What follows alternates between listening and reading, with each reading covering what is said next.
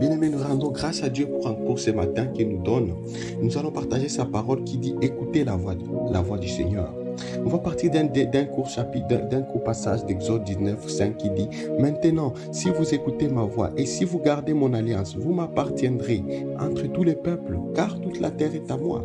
Bien-aimés, pour appartenir à Dieu, pour plaire à Dieu, nous devons savoir écouter sa voix.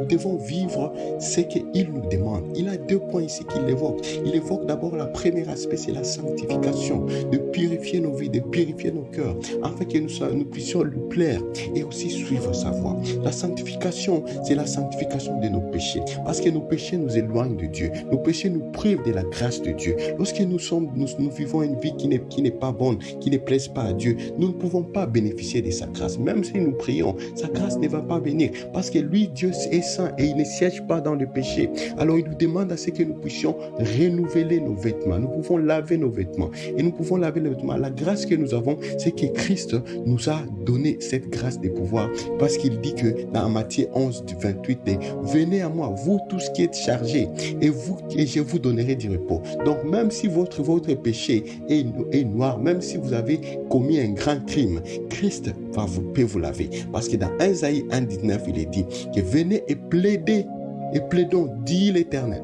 Si vos péchés sont comme du cramoisi, ils deviendront blancs comme de la neige. Donc même si vous avez commis un grand péché, Dieu est encore bon, Dieu est encore grâce et il va vous laver. Il suffit il dit de venir à lui, de vous approcher à lui et de plaider, de supplier. Il ne faut pas seulement dire Seigneur pardonne-moi. Non, supplier, plaider. Prenez le temps de reconnaître que vous avez péché et demandez du pardon. Il vous pardonnera et il vous lavera et il vous agréera.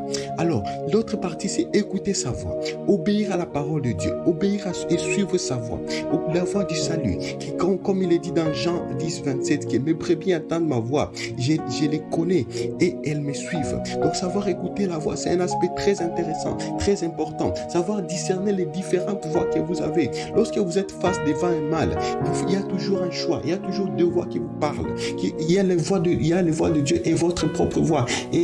Et souvent, nous suivons notre voie de convoitise. Nous suivons ce qui plaise à nous, ce qui nous rend désir, ce que nous sentons que celui-là c'est bon. Et pourtant, lorsque nous suivons une mauvaise voie, ça nous éloigne de la présence de Dieu. Et lorsque ça nous éloigne de la présence de Dieu, il faut savoir que récupérer cette voie, c'est la sanctification. Et il ne faut pas trop être éloigné de la place de Dieu. Parce que l'autre aspect qui est très important, c'est comment discerner les voix, les différentes voix qui vous sollicitent. Comment discerner quelle est la voix du Seigneur.